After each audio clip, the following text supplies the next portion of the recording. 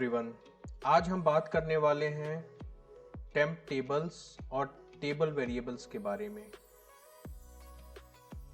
Temp tables और table variables दोनों temp dB में क्रिएट होते हैं। टेम्प डीबी जो कि एक सिस्टम डेटाबेस है, इसके अंदर दोनों क्रिएट होते हैं। दोनों में डिफरेंसेस क्या हैं वो आज हम डिस्कस करने वाले हैं इस सेशन के अंदर। इसको समझने के लिए मैंने यहाँ कुछ कोड लिख रखा है। हम यहाँ पे टेम्परेरी टेबल्स बनाएंगे और टेबल वेरिएबल टाइप का भी टेबल बनाएंगे। इसको हम चेक करेंगे। सबसे पहले हम चेक क्या करेंगे, इसके स्कोप को। स्कोप क्या होता है? तो टेम्परेरी टेबल दो तरह की होती है, एक लोकल टेम्परेरी टेबल होता है, एक ग्लोबल टेम्परेरी टेबल। तो लोकल टेम्परेरी टेबल जो होता है वो user wise connection wise available होता है, यानी हर कनेक्शन पे वो एक टेबल काम करेगी, एक्सेस होगी, और दूसरे कनेक्शन पे जो लोकल टेम्परेरी टेबल होगी वो एक्सेस नहीं होगी। वहीं ग्लोबल टेम्परेरी टेबल एक कनेक्शन पे क्रिएट होके दूसरे कनेक्शन पे भी अवेलेबल होती है ग्लोबली। वहीं टेबल वेरिएबल का स्कोप जो होता है वो एक बैच तक ही सीमित होता है, यानी कि एक बैच के अंदर ही ये क्रिएट भी होता है और ड्रॉप भी हो जाता है। इसको हम एक्सप्लिसिटली ड्रॉप नहीं करते हैं, जबकि टेम्परेरी टेबल्स जो होता है उसके लिए हमें ड्रॉप स्टेटमेंट लिखना पड़ता है। लेकिन टेबल वेरिएबल्स जो है वो ऑटोमेटिक ड्रॉप हो जाते हैं स्कोप ख़त्म होते ही, और इसका स्कोप कहाँ तक होता है? बैच लेवल तक ही होता है। तो आइए चलते हैं, इसका सबसे पहले एक लोकल टेम्परेरी टेबल क्रिएट करते हैं। इसमें एक रो इंसर्ट करते हैं डेटा, एक ग्लोबल टेम्परेरी टेबल क्रिएट करते हैं और एक रो इंसर्ट करते हैं और यहाँ चेक करते हैं। यहाँ पे दोनों टेबल्स जो है वो क्रिएट हो गई। एक लोकल टेम्परेरी टेबल जिसके आगे कुछ एक्स्ट्रा कैरेक्टर्स हैं, और ग्लोबल टेम्परेरी टेबल्स जो कि सिर्फ इसका नाम लिखा हुआ है, यहाँ कुछ भी एक्स्ट्रा अपेंडेड कैरेक्टर्स नहीं है। सबसे पहले एक और नया सेशन क्रिएट करते हैं। इस डेटाबेस पे मैंने ये क्रिएट किया था, तो इसी डेटाबेस के ऊपर एक ये जो सेलेक्ट स्टेटमेंट है इसको लेके चलते हैं वहाँ। एक नया विंडो हमने ओपन किया है। यहाँ पे नया विंडो ओपन करने से क्या हुआ, एक नया कनेक्शन क्रिएट हुआ है, और अब हम चेक करने वाले हैं स्कोप को। तो जब हम इस temporary table local temporary table पे हमने क्वेरी लिखी है सेलेक्ट करने की, तो ये यहाँ पे एग्जीक्यूट हो रहा है क्योंकि ये टेबल यहीं पे क्रिएट हुई है और इसका स्कोप एक कनेक्शन तक होता है। तो ये टेबल क्रिएटेड है, यहाँ पे हमें दिख रही है, और ये डेटा भी हमें दिख रहा है, एक्सेसिबल है। यहाँ हमने ग्लोबल टेम्परेरी टेबल को सेलेक्ट किया और इसको भी हमने एग्जीक्यूट किया, यहाँ पे भी हमें डेटा एक्सेसिबल है, ये ग्लोबल टेम्परेरी टेबल एक्सेसिबल है। नेक्स्ट विंडो में चलते हैं। यहाँ हमने कनेक्शन चेंज कर लिया है, तो एज पर एक्सपेक्टेशन यहाँ पे ये टेबल एक्सेसिबल नहीं होनी चाहिए। यहाँ पे ये एरर भी आ रही है, इनवैलिड ऑब्जेक्ट नेम, तो ये टेबल एक्सेसिबल नहीं है, जबकि ये टेबल अभी भी एग्जिस्ट करता है मेमोरी में, टेम्पडीबी में। और ये ग्लोबल टेम्परेरी टेबल जो कि हमने उसी कनेक्शन पे क्रिएट करी थी, ये दूसरे कनेक्शन पे अवेलेबल होता है और यहाँ भी अवेलेबल होना चाहिए। तो ये हमने रन किया, यहाँ पे ये एक्सेसिबल है।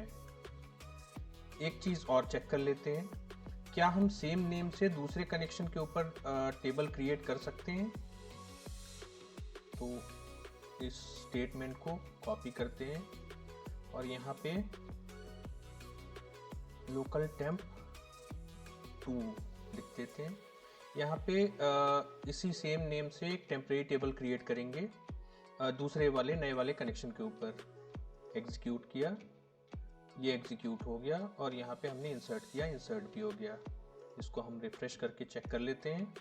यहाँ पे ये दूसरे वाले कनेक्शन पे भी सेम नेम से टेबल क्रिएट हो गई, बट अगर आप इसके लास्ट वाले कैरेक्टर्स को आप देखो तो डिफरेंट है, जिससे ये आइडेंटिफाई कर पाता है कि ये दो अलग अलग सेशंस के टेबल्स हैं। अब हम इस पे सेलेक्ट स्टेटमेंट लगा के चेक कर लेते हैं क्या इस पे ये चल रहा है। हाँ, ये अब इस सेशन का ये टेम्परेरी टेबल यहाँ से एक्सेसिबल है। अब बात करते हैं टेबल वेरिएबल्स की। टेबल वेरिएबल्स का स्कोप सिर्फ एक बैच तक ही लिमिटेड होता है। तो इसके लिए मैंने यहाँ पे टेबल क्रिएट करने के लिए स्टेटमेंट लिखा हुआ है, टेबल वेरिएबल डिक्लेयर किया है, साथ में इंसर्ट का स्टेटमेंट भी लिखा है। एक रो इंसर्ट करेंगे इसमें और फिर हम इस टेबल पे सेलेक्ट चलाएंगे और फिर एक अलग से स्टेटमेंट लिखा हुआ है टेम्प डीबी के अंदर sys डॉट टेबल्स में हम जाके चेक करेंगे कि कोई टेम्परेरी टेबल क्रिएट हुई है कि नहीं टेबल वेरिएबल्स के लिए। तो इसको हम एक साथ रन करेंगे और यहाँ हम देख पा रहे हैं कि एक टेबल में जो हमने डेटा इंसर्ट किया है वो यहाँ पे सेलेक्ट होके आ गया, ये सेलेक्ट स्टेटमेंट चल गई।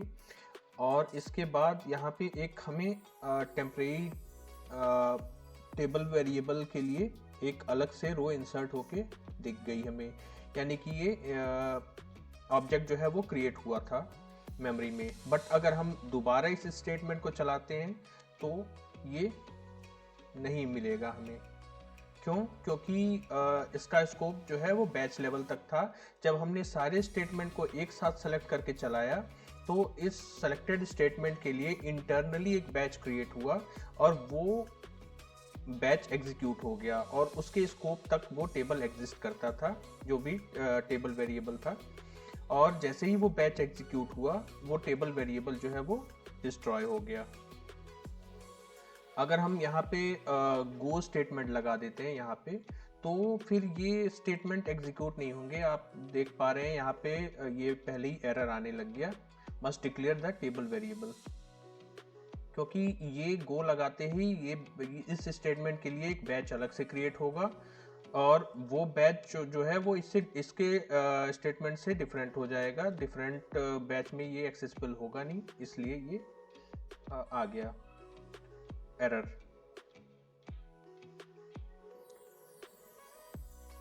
अब हम बात करेंगे ट्रांजैक्शन के बारे में, ट्रांजैक्शन सपोर्ट के बारे में कि टेम्परेरी टेबल्स कैसे ट्रांजैक्शन को सपोर्ट करते हैं और टेबल वेरिएबल जो होता है वो कैसे ट्रांजैक्शन को सपोर्ट करता है या नहीं करता है।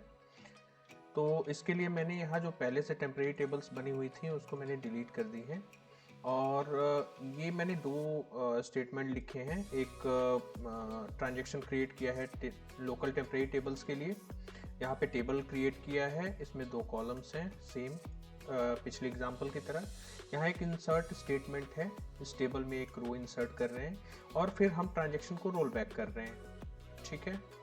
इसके बाद हम एक सेलेक्ट स्टेटमेंट लिखा हमने और हमने गो स्टेटमेंट लिख दिया, यानी एक बैच जो है कंप्लीट हो जाएगा इसमें। इसके बाद एक सेकंड एग्जांपल लिया है हमने इसके लिए टेबल वेरिएबल के लिए। इसमें हमने ट्रांजैक्शन को बिगिन किया, इसमें टेबल वेरिएबल को डिक्लेयर किया और इसमें हमने एक इंसर्ट स्टेटमेंट लिखा और इसमें फिर रोल बैक कर दिया सेम ऊपर वाले एग्जांपल की तरह। और इसके बाद हमने सेलेक्ट स्टेटमेंट लिखा इस टेबल वेरिएबल के ऊपर। अब मैं इस टेम्परेरी टेबल वाले स्टेटमेंट को पहले रन करूंगा। यहाँ पे 1 रोज अफेक्टेड आया जो कि इंसर्ट स्टेटमेंट के लिए था, बट जैसे ही ट्रांजैक्शन रोल बैक हुआ ये सेलेक्ट स्टेटमेंट को ये टेम्परेरी टेबल नहीं मिल पा रहा, क्योंकि रोल बैक ट्रांजैक्शन के साथ ही ये जो टेबल यहाँ पे क्रिएट हुआ था ये ड्रॉप हो गया। अब सेम एग्जांपल टेबल वेरिएबल के साथ हम चेक करते हैं। यहाँ पे मैंने स्टेटमेंट टेबल वेरिएबल वाले सेलेक्ट करे और एग्जीक्यूट किया। यहाँ पे ये टेबल वेर एक्सेस हो रहा है, रोल बैक ट्रांजैक्शन के बाद भी ये स्टेटमेंट काम कर रहा है। इसका मतलब ये हुआ कि जो टेबल वेरिएबल होता है वो ट्रांजैक्शन को सपोर्ट नहीं करता है, ट्रांजैक्शन के स्कोप से इसका मतलब नहीं होता है।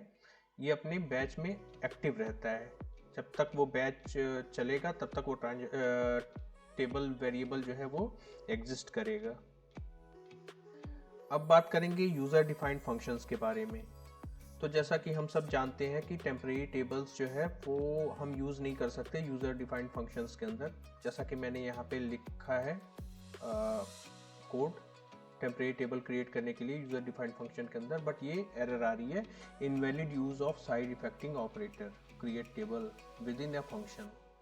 बट जो टेबल वेरिएबल होता है उसको हम फंक्शन के अंदर यूज़ कर सकते हैं।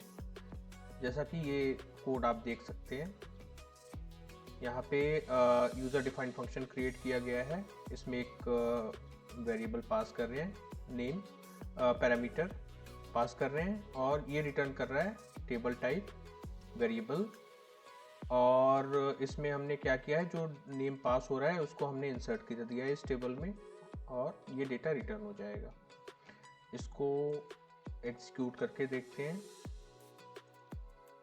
ये क्रिएट हो गया फंक्शन, और ये स्टेटमेंट चेक करके देखते हैं, चल रहा है। एक साथ हम इन सबको चला के देखते हैं, ये चल रहा है।